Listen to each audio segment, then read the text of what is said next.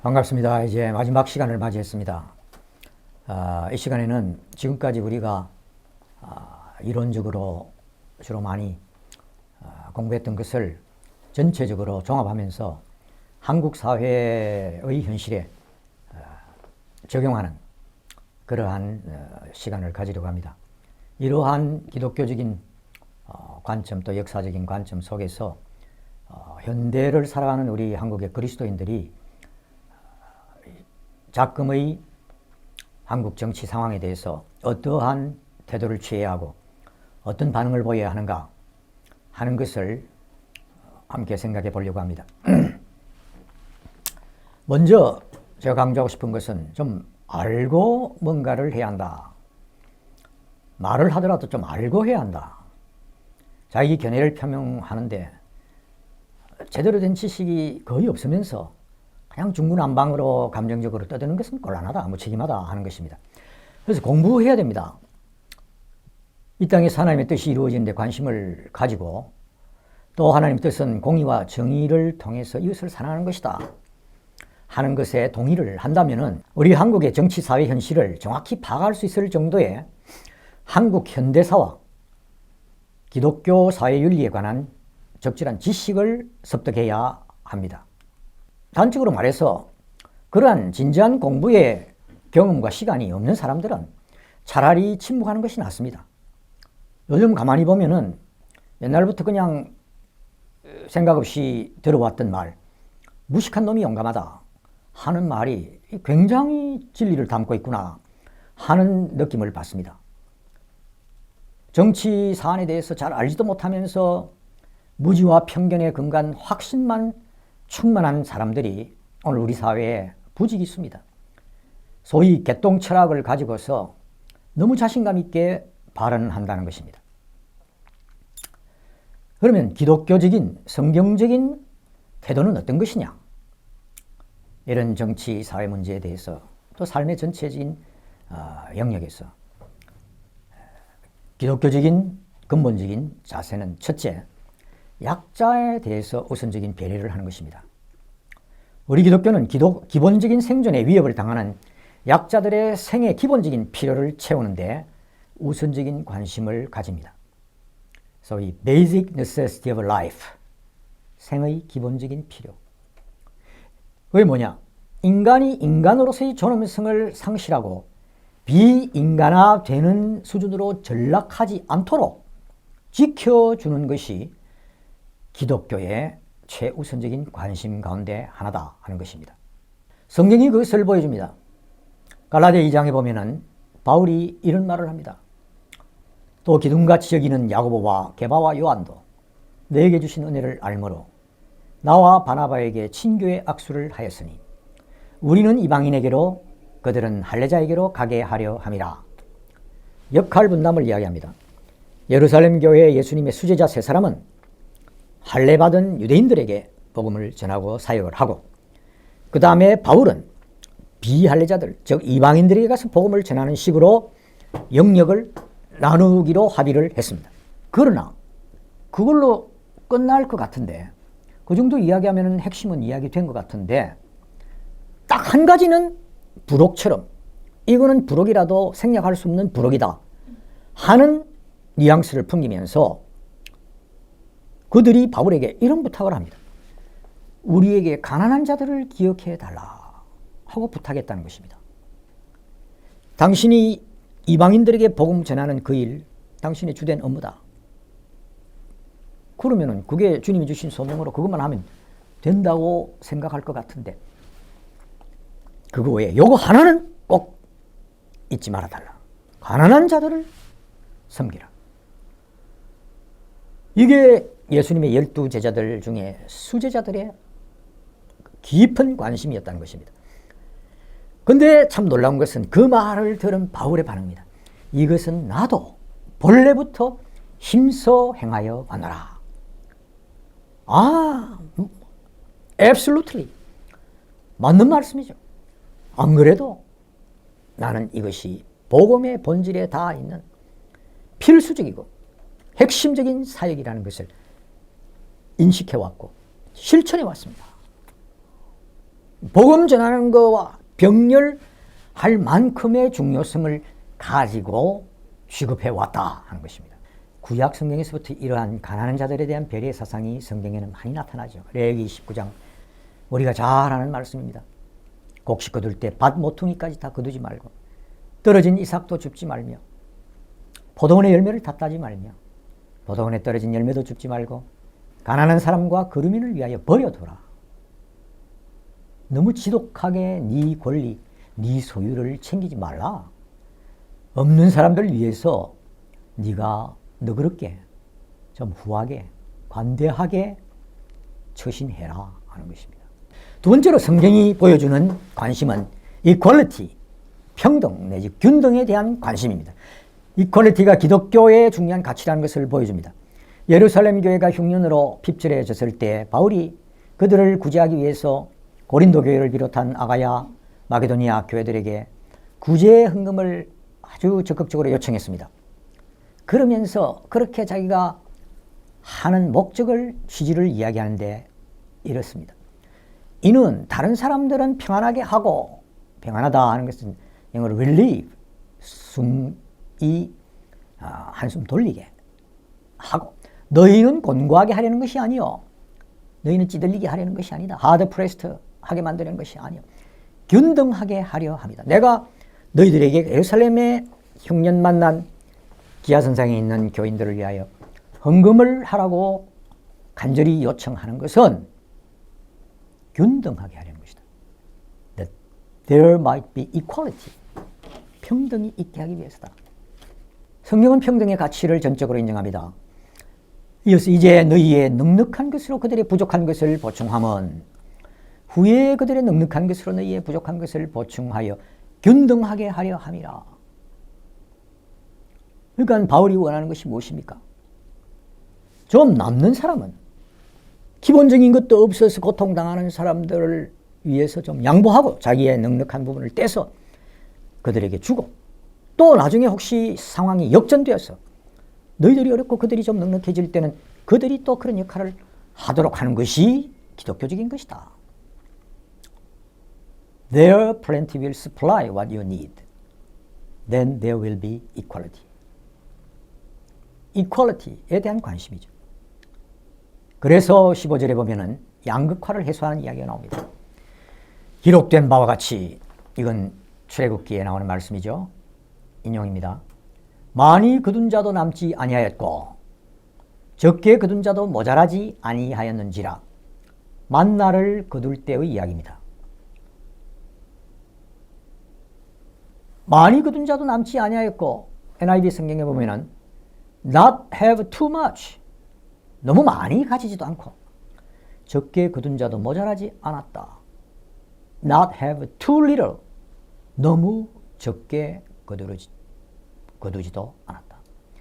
다시 말하면 이 공동체 속에 지나치게 많이 가진 자도 없고 지나치게 적게 가져서 모자라는 사람도 없는 이런 상태를 위해서 자기가 구제 헌금을 모금하러 그렇게 열심히 다니고 있다 하는 것입니다. 이퀄리티에 대한 관심은 단순히 어떤 음해적인 자본주의자들이 이야기하는 것처럼 단지 공산주의자들의, 사회주의자들의 전유물이 아닙니다. 성경적인 관심의 중요한 한 부분입니다. 세 번째로는 정의를 행하라는 하나님의 명령을 그리스도인들은 주목해야 하고, 성경은, 기독교는 이 정의에 대한 관심으로 가득합니다. 이사야 61장에 보면 나 여호와는 공의를 사랑하며, 하나님은 공의를 사랑하시는 분이다. 또 56장 1절에 공평을 지키며 의를 행하라. 공평이 히브리어로는 미슈파트, 의는 쓰다카, 미슈파트와 쓰다카에 대한 강조가 구약 성경의 핵심적인 주제 가운데 하나입니다. 이것을 얼마나 중요시 하느냐 하면은, 이건 한국의 그리스도인들이 좀 의외로 받아들이고 충격을 받을 수도 있는데, 예배 드리는 것보다 하나님은 공의와 정의를 행하는 것을 더 귀하게 여기신다 하는 말씀이 여기저기 나옵니다. 잠언 21장 3절에 공의와 정의를 행하는 것은 제사 드리는 것보다 여호와께서 기쁘게 여기시느니라. 놀랍지 않습니까? 그러면 하나님이 이렇게 중시하시는 정의가 무엇입니까? 전에 한번 말씀드린 것 같은데 중요하기 때문에 한번 더 반복하겠습니다. 고전적으로 정의의 의미는 각 사람에게 본래 자기 몫을 주는 것입니다. one's own due. 각 사람의 목, 자기 권리를 찾게 해주는 것이 정의다. 근데 그럼 이 자기 권리를 챙기지 못하는 사람들이나 경우가 어떤 경우입니까? 약한 사람들이 강한 자들의 권리를 빼앗아서 그들의 권리를 챙기지 못하게 하는 경우가 있습니까? 없습니다. 말도 안 되는 얘기죠. 정의가 구현되지 않을 때, 다시 말해서 자기 밥그릇을 챙기지 못하는 사람들은 항상 약자들입니다. 그러므로 기독교 윤리는 약자들의 권리를 회복시켜 주는 것입니다. 그게 정의를 구현하는 것입니다. 권리라고 할 때는 주로 인간의 권리죠. 뭐 짐승의 권리도 있겠습니다만 우선적으로는 인권을 말합니다. 루이 스미스라는 유명한 기독교 윤리학자는 이 인권을 다음과 같이 정의했습니다. 하나님의 형상의 소유자들인 인간이 적절한 대우를, 인간다운 대우를 받으려면 누구든지 자기 가족에게 적절한 생필품을 공급할 수 있는 권리를 누려야 되고, 적절한 주택에 대한 권리를 누려야 하고, 노인들과 빈민들은 적절한 의료의 혜택을 볼 수 있어야 하고, 이것들은 자선의 문제, 그러니까 어떤 마음씨 좋은 사람이 안 해도 되는데 자기가 워낙에 사람이 좋기 때문에 그들에게 그것을 시혜를 베푸는 그런 차원이 아니라 그들의 권리다 라고까지 말합니다. 그것이 권리라면 정부는 최소한 그들 모두에게 그 권리를 보장해 주기 위해서 노력이라도 해야 할 의무가 있다. 완전히 실현이 안 된다더라도 노력은 해야 한다 라고 말합니다. 자, 이러한 것이 성경적이고 기독교적인 정신이요, 원리요, 윤리의 대주제라면 한국 교회와 그리스도인들은 거기에 비해서 어떤 형편에 있을까요? 어떤 수준에 도달되어 있겠습니까? 어떤 모습을 보이고 있습니까? 그 문제와 관련해서. 첫째, 뭐 보는 사람들마다 관점이 다를 수는 있겠고 모두가 다 그렇다는 것은 아니지만 대체로 전반적으로 한국 교회는 강자들 편에 서왔습니다. 기독교의 경제적인 관심은 어려운 자들을 도와서 최소한의 인간다운 삶을 유지할 수 있게 해주는 것인데, 한국 보수교회는 주로 역사적으로 가진 자들을 지지하는 경향이 강했습니다. 특히 여러 대형 교회들과 그 목회자들에게 그런 성향이 나타납니다. 왜 그럴까요? 뭐 여러 가지 이유가 있겠지만 기독교 윤리 교육을 제대로 못 받아서 그렇습니다.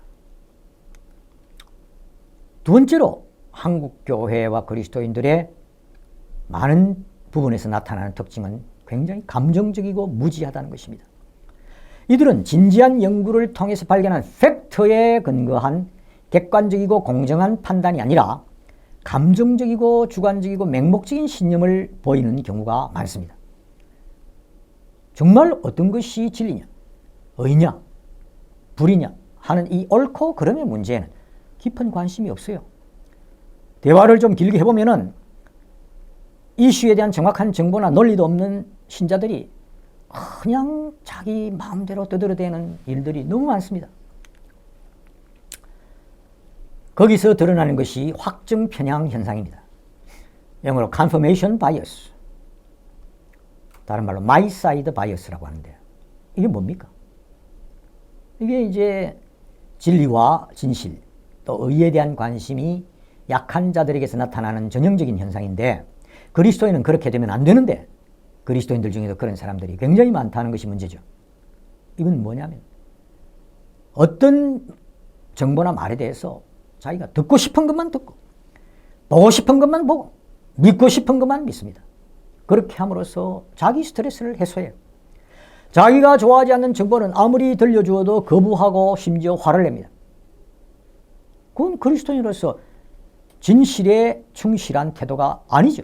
아주 비기독교적인 태도입니다. 달리 말해서 공정성과 객관성이 없다는 것입니다.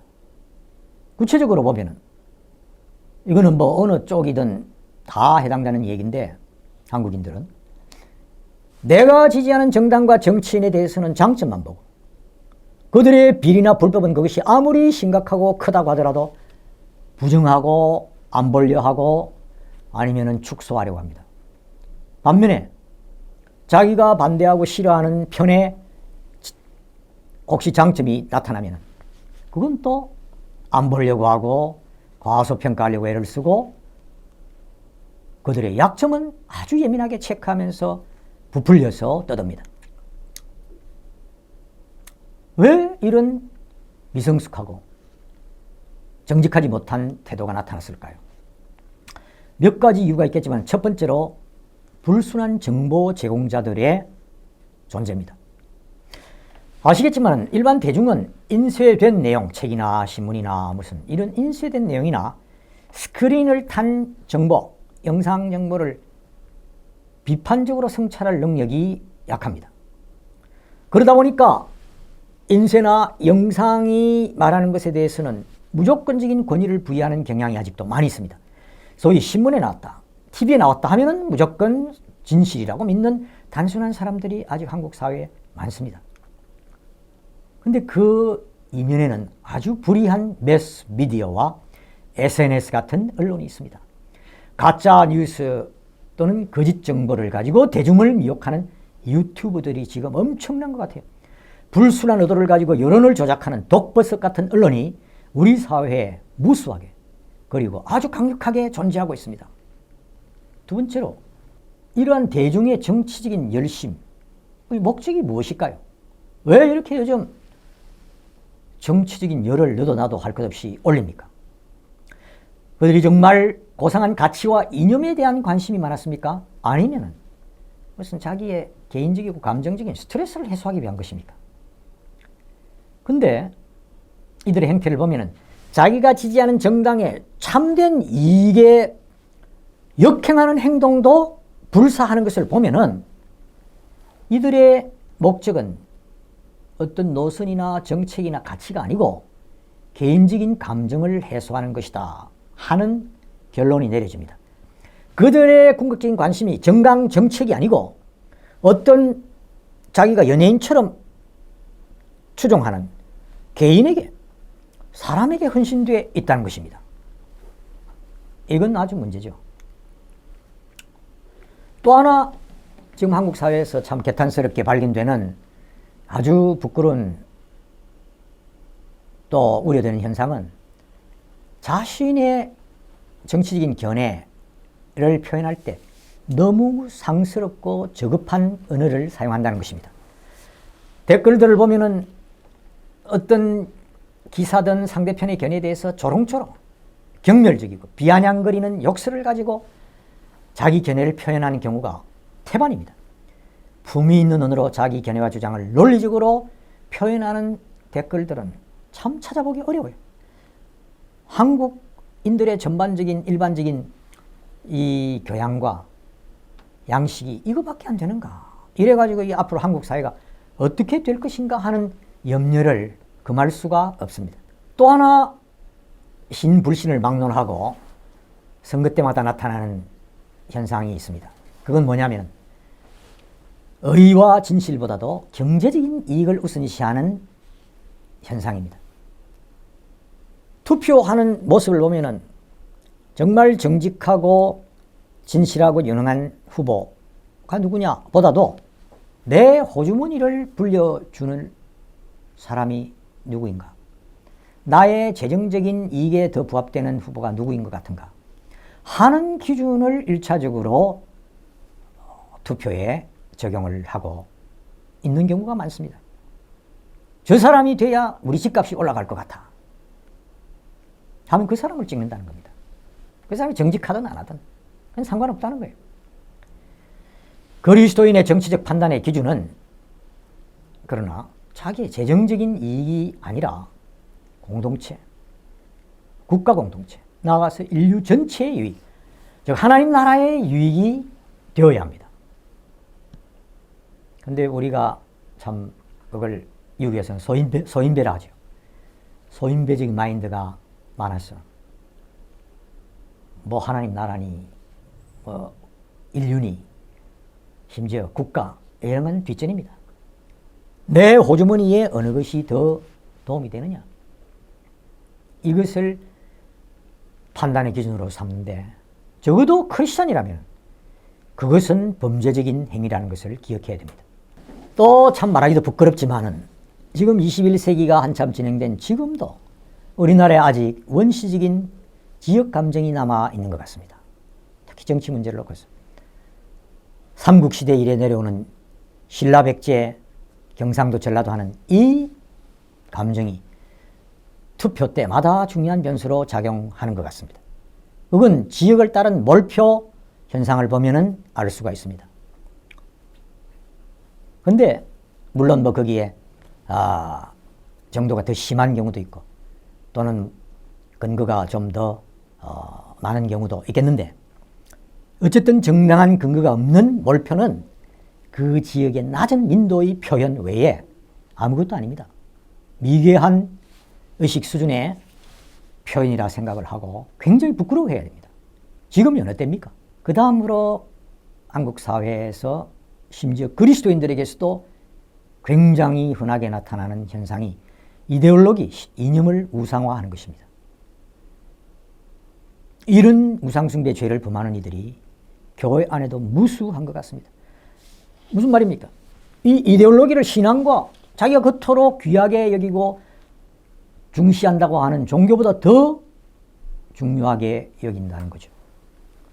목사들조차도 이념만 같으면 뭐 이들이 우상숭배를 하든 무슨 미신을 믿든 무속을 믿든 개의치 않고 지지하는 것을 볼 수 있는데, 교인들에게 그렇게 가르쳤습니까?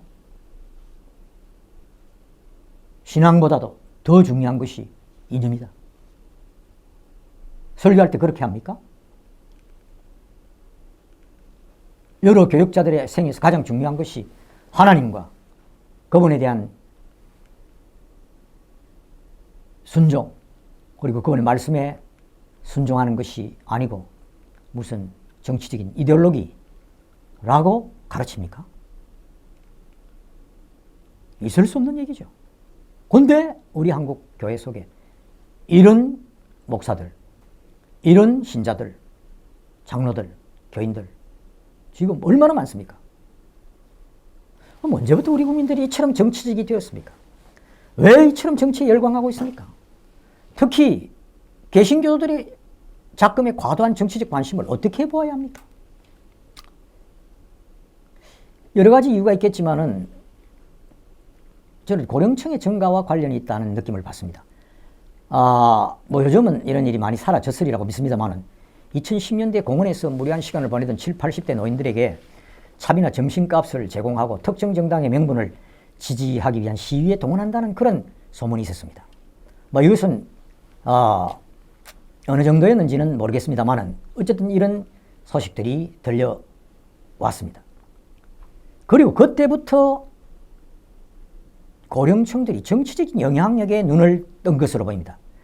당시까지는 젊은 층들의 전유물로 여겨지던 정치적 의사표시를 통한 영향력 행사를 21세기 자유민주주의가 확립된 대한민국에서 독재 권력의 보복의 위험에 대한 두려움 없이 이제 60대 이상도 안전하게 누릴 수 있는 특권이라는 것을 발견하고서 이들은 더욱더 적극적으로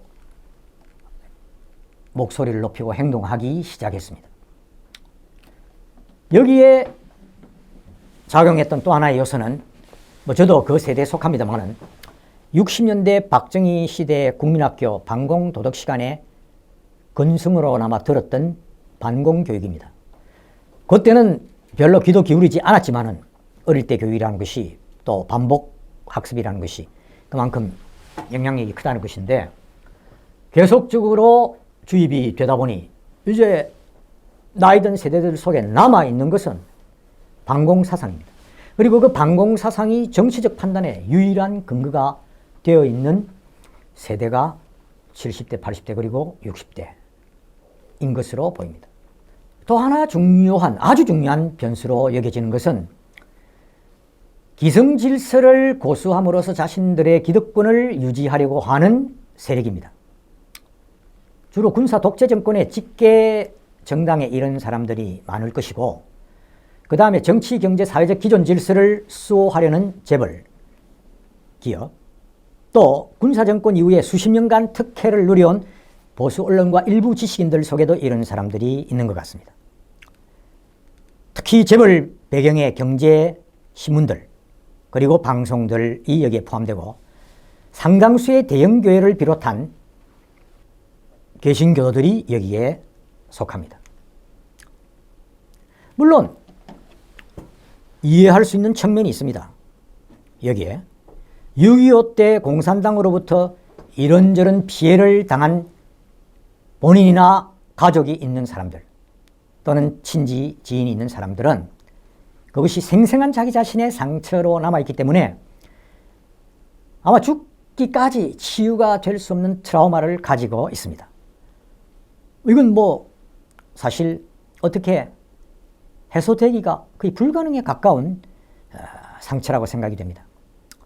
또 하나, 막시즘은 무신론주의요, 반기독교적인 유물론이라는 통념이 작용합니다.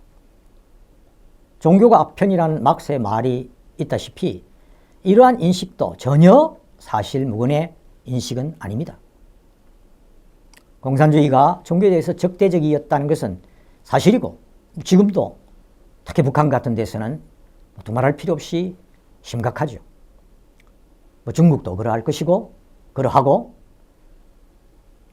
그러다 보니까 공산화가 되면 기독교는 박해를 당하고 신앙의 자유를 잃게 될 것이라는 두려움이 특별히 개신교도들에게 많이 내재하고, 그 이유 때문에 이 이데올로기 문제에 민감한 부분도 분명히 있을 것입니다.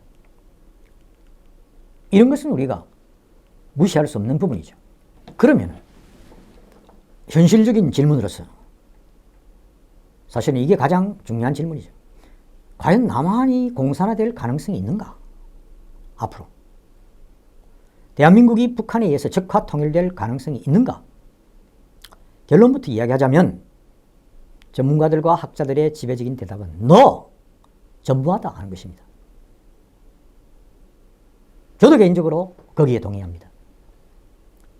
그러면 가능성이 전혀 없는 문제를 가지고 사람들에게 두려움을 불러일으키고 주입하는 것이 무엇입니까? 허구에 근거한 두려움과 소란을 피우는 목적이 무엇입니까? 그건 분명히 의도가 있습니다. 단순한 민초들, 특히 고령층들에게 공산화의 두려움을 의도적으로 주입하는 세력의 존재가 있는데, 그 목적은 남한의 정치, 사회, 경제적 변화와 개혁을 차단하고 최소한 두 세대 동안 자신들에게 유리하게 형성되어 있는 기존 질서를 고수하기 위해서라고 봅니다. 지금 이 조사원이 이거죠. 이들이 시대착오적인 이념 논란을 부추긴다고 봅니다. 공산주의는 1990년 전으로 소련 해체 그리고 동구 공산권 몰락으로 이미 완전히 실패한 실험이라는 것이 판명되었고, 전 세계 인민들 가운데 누구도 그것을 부정하거나 의심하지 않습니다. 게다가 90년대 북한에 수백만 명의 아사자가 발생한 것을 우리는 알고 있습니다. 그래서 지금은 지구상에서 공산주의를 유지하는 나라는 쿠바나 북한 같은 그야말로 작은 몇 나라 외에는 없습니다. 공산주의는 소멸되었어요. 그럼에도 불구하고 이념 문제가 국민의 격렬한 관심사가 되고 있는 국가는 전 세계에서 대한민국이 유일하다고 생각을 합니다. 이 뭐하는 엉뚱한 일들입니까? 왜 이런 어처구니 없는 소란을 피우고 있습니까? 누구나 다 알고 인정하는 사실을 왜 마치 아직 승부가 나지 않은 게임인 양 왈가왈부하면서 논란을 하고 있습니까? 지금도 어떤 사람들은, 방금 말한 그런 사람들은 우리 남한에 유의미한 숫자의 공산주의자들이 있고 그들이 남한을 공산화할 역량을 가진 자들인 것처럼 허위 사실을 전파하는 데 굉장한 열심을 내고 있습니다. 정말 이들이 주장하는 것처럼 한국 사회에 주사파가 그렇게 많이 남아 있습니까? 물론 어린 청년 시절에 한때 북한 체제를 흠모했던 어떻게 보면 철없는 젊은이들이 있었던 것 같습니다. 80년대, 90년대. 그러나 방금 말한 세계사적인 전환 속에서 이들 대부분은 북한에 대한 자신들의 동경이 환상이었다는 것을 깨닫고 조용히 또는 공개적으로 사상 전향을 한 것으로 보입니다. 아직도 그러한 현실을 외면하고 여전히 주사파나 공산주의자로 남아있는 비이성적인 시민들은 정말 무시할 수 있을 정도의 무력한 소수인 것으로 보입니다. 2000년대 이후로 소위 진보 정권이 무려 15년이나 집권했지만 여러분은 한국 사회가 그 15년 동안 상당히 공산화가 진행됐다고 느끼십니까? 그런 증거나 흔적이 있습니까? 이런 사실을 모를 리 없는 그래도 먹물을 먹었다고 하는 언론, 정치인, 지식인들이 현재 남한 정치 지도자들 중에 주사파나 종북 좌파가 상당히 많이 있다느니 그래서 그들에 의해서 대한민국이 공산화될 위험성이 많다느니 주장하는 것은 어떤 의도입니까? 자신들의 기득권 유지를 위해서 단순 무지한 백성들의 두려움을 악용하는 것 아닙니까? 다시 말하자면 이미 역사의 수레바퀴는 남한이 대한민국이 공산화될 가능성이 제로에 도달한 단계에 들어갔다고 봅니다. 왜? 정치적인 자유와 경제적인 풍요를 거의 무제한적으로 누리면서 자란 남한 백성들, 특히 50대 이하의 젊은 세대는 북한의 억압적이고 권위주의적인 정치체제 그리고 공산주의 경제체제로 인한 극도의 빈곤을 그 체제 하에서 살아라고 하면은 제가 보는데 일주일도 참지 못하고 들고 일어나서 북한 체제를 뒤집어 버릴 것입니다.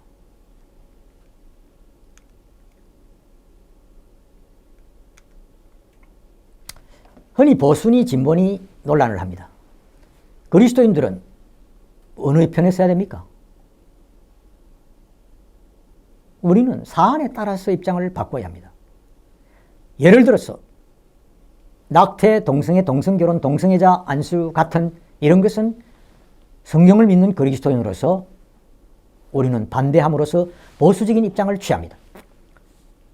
그러나 정치적인 자유, 특히 언론, 출판, 집회, 결사, 종교의 자유, 사상과 학문의 자유, 이러한 정치적인 자유를 불가양의 천부 인권으로 인정하고 결코 포기할 수 없다고 믿는 점에서는 우리 그리스도인은 누구보다도 강력한 진보적인 자유주의자에 속해야 합니다. 그러나 경제적인 자유의 영역에는 국가의 간섭이 일정 부분 필요하다고 생각합니다. 물론 기본적으로 경제활동에도 자유가 있어야 합니다. 그러나 거기에는 제한이 필요합니다. 경제적인 양극화를 심화시켜서 결국에는 전 인류를 공멸로 이끌 정도의 무분별한 경제활동의 자유는 제한되어야 한다는 것입니다. 이렇게 되면 옛날 러시아 혁명이 일어난 것처럼 교회도 망하고 그 나라도 망하게 됩니다. 사회의 건강과 존립을 위협할 정도의 자유에는 국가가 일정한 개입을 하는 것이 성경적입니다. 그것이 커먼웰스, 다 함께 더불어 잘 사는 공동체, 공영권, 공화국을 만드는 길입니다. 성경은 그러한 노선을 지지합니다. 그러므로 경제 영역도 자유를 무제한적으로 허용할 수는 없습니다. 사도 바울은 자기가 누리는 자유가 형제를 실족해 할 위험이 있다면 기꺼이 그 자유를 포기하겠다고 하면서 모든 그리스도인들이 동일한 태도를 취해야 한다고 말했습니다. 자유 하나, 그 자유로 육신의 기회를 삼지 말고 그 자유를 사랑으로 종노릇하는 데 사용해야 한다고 말한 것입니다. 어떤 극단적인 자본주의자는 자유를 무제한적으로, 무조건적으로 외치는데 그건 비성경적인 태도입니다. 보수 중에도 참된 보수는 존경스러울 수 있습니다. 그러나 가짜 보수도 있습니다. 하나님이 창조하신 생명의 존엄성, 그리고 결혼과 가정의 가치, 소위 패밀리 밸류 같은 성경적 가치를 지키려고 하는 보수주의는 존중되어야 합니다. 이런 성경적 가치가 아니라 자신들의 기득권을 유지시켜주는 불의한 기존 사회경제적 질서를 영속시키려고 하는 수구적 보수는 한마디로 사이비 보수요, 가짜 보수입니다. 그건 존중하고 존경할 수 없는 보수입니다. 또 사실 웬만한 사람들은 다 알고 있는 바이지만 이미 자본주의 사회에도 사회주의적인 요소가 많이 도입되어 있습니다. 막스가 겁을 준 덕분에 만약에 막스의 그런 좀 과장되지만은 심각한 경고가 없었더라면은 막스가 예언한 식으로 자본주의의 모순이 축적돼서 자본주의는 지금보다 훨씬 더 불행한 식으로 되어 있을 수 있습니다. 그런데 그런 점에서는 막스가 역할을 한 것인데 경종을 받은 자본주의 사회가 사회주의적인 요소를 상당히 도입을 했습니다. 우리 한국인들이 흠모에 맞이하는 북유럽과 서유럽 국가 등의 세계 최고의 행복지수를 자랑하는 나라들에는 사회주의적인 요소들이 상당 부분 반영되어서 수정 자본주의를 운영하고 있지 않습니까? 정도의 차이가 있을 뿐이지 미국, 한국도 마찬가지입니다. 전 국민 의료보험, 우리나라에 전 세계가 부러워한다고 하는 전 국민 의료보험을 비롯해서 요즘 우리 같은 옛날 세대들은 놀랄 정도로 확보되어 있는 기초생활, 노령연금 이런 것도 자본주의의 원리만 문자적으로 적용하면 있을 수 없는 것이죠. 순수한 자본주의 원리를 따라 전 국민 건강보험 제도를 실시하지 않는 나라에 우리가 이제 살 수 있겠습니까? 돈 없으면은 환자들이 죽어가는 그런 사회로 돌아갈 수 있겠어요? 시간만 있으면 여러분과 더 많은 이야기를 나누고 싶지만은 제한된 시간 분량 때문에 이번 기독교와 정치 혹은 그리스도인과 정치 강의 시리즈는 여기서 막을 내려야 되겠습니다.